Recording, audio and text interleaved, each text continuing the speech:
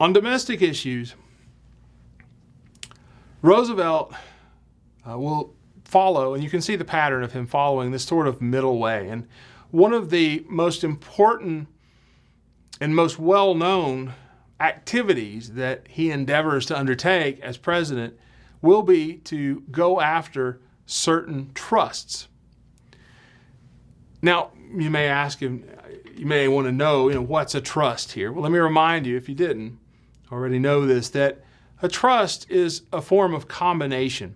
Now, you can have corporations or businesses that sort of integrate, suck up, and begin to include by osmosis, sort of like an organism pulling other organisms in to make a bigger organism.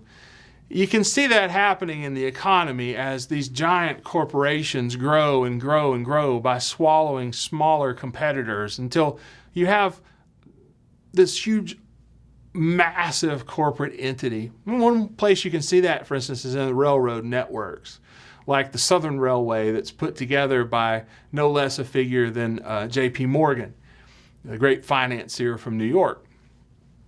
And railways, their history of railroads in this country, that's just full of this process of combination and expansion.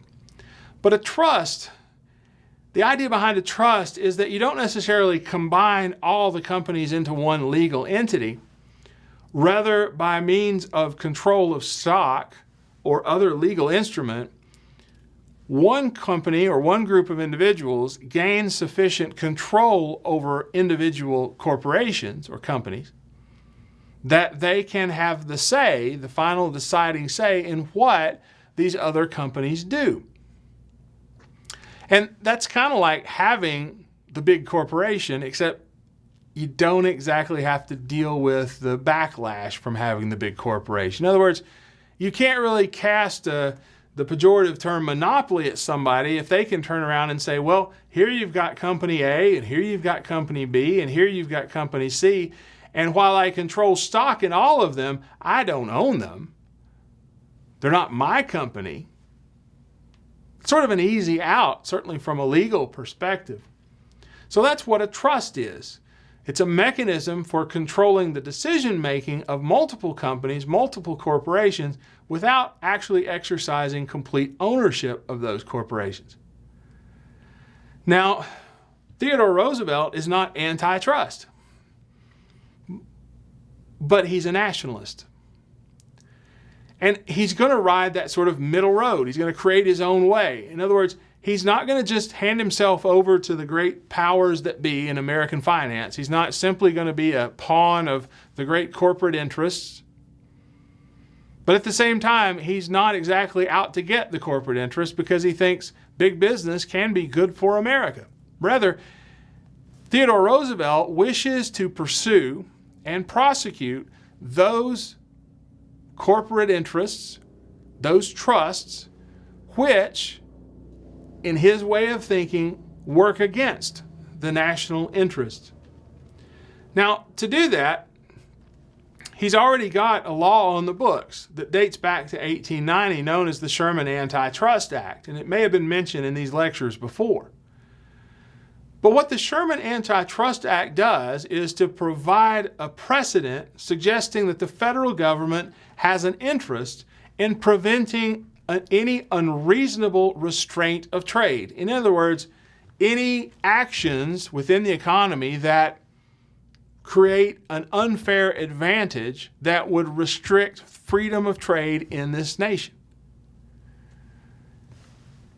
Roosevelt uses that law, which it was passed, but there was no real mechanism for enforcement. And sort of Roosevelt then begins to enforce this law, the Sherman Antitrust Act. Remember, he's not going after every possible trust.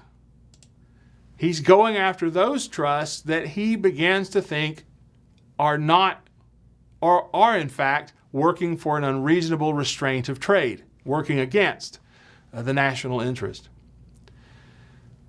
The major corporate entity that Roosevelt goes after will be the Northern Securities Company. It's a huge railroad combination. worth well over $400 million and created by J.P. Morgan, the great New York financier, and his friends. Morgan is the major financier. Theodore Roosevelt, instructs the Justice Department to use the Sherman Antitrust Act to prosecute the railroad, but also he wants to expand this to go after the meatpacking, oil, and tobacco trusts. Northern Securities, the big one for now, but we're going more broadly in the future. When J.P. Morgan heard that Roosevelt was coming after Northern Securities, and this dates to about 1902, Morgan decided to try and settle things the way things had been settled. Remember that it had been Morgan to whom President Cleveland, had gone when the United States Treasury was in such dire straits, when the U.S. government needed money, and particularly gold. Well, Morgan thinks it can all be settled with a simple note. He sends this note that says to Roosevelt, it says, "If we have done anything wrong, send your man to my man and we can fix it up." Roosevelt's not interested in fixing it up. He's not interested in collusion. He's interested in seeing his policies carried through. Roosevelt triumphs in 1904 when the United States Supreme Court orders the dissolution of Northern Securities Company. Again, Roosevelt's made a decision that this particular corporation, this corporate entity, is working in an unreasonable way to restrain trade in the United States and ultimately thereby hurting the economy and the national interest.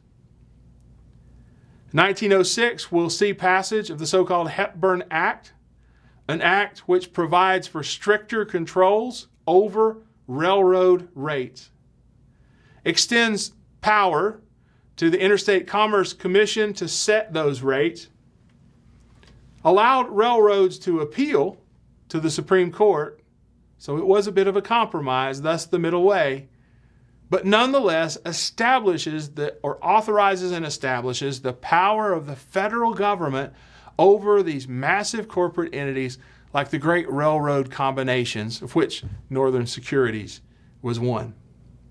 In the next section, we'll turn to some of the other features of the Roosevelt administration and the argument that these were indeed progressive measures, part of Roosevelt's middle way.